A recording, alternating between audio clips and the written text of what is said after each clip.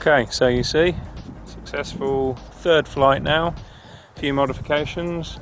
Main ones being that I downsized the props a little bit.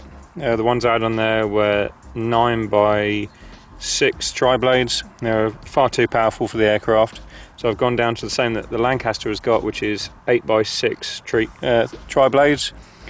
Perfect performance, match for the aircraft, nice and steady, cruises around about half throttle, which is nice.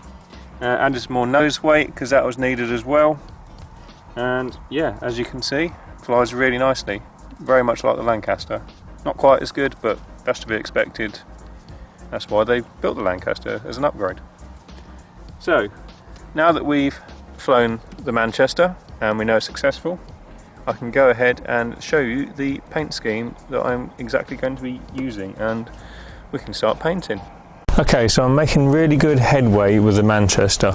It is now finished. I have test flown it a few times now, and I've got some footage I'll put up now with it on the smaller props and a few adjustments.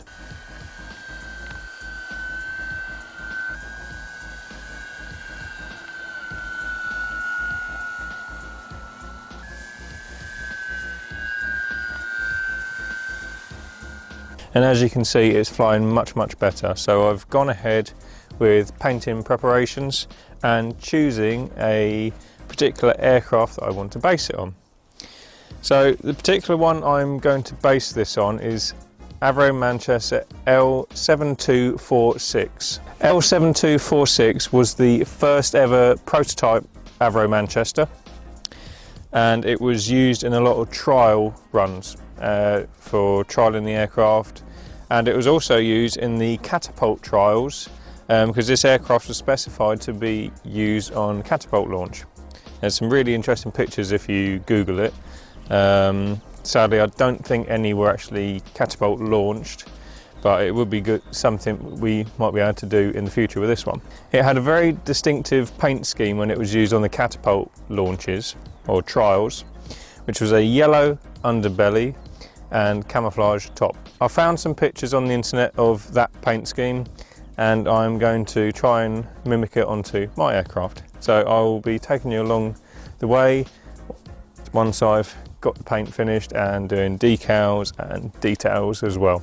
Okay, so I've started to prep the Manchester for painting. So I've masked up all the canopies and I gave it a white primer coating to match up the brown and white foam board and then get rid of any pencil marks that are on the aircraft.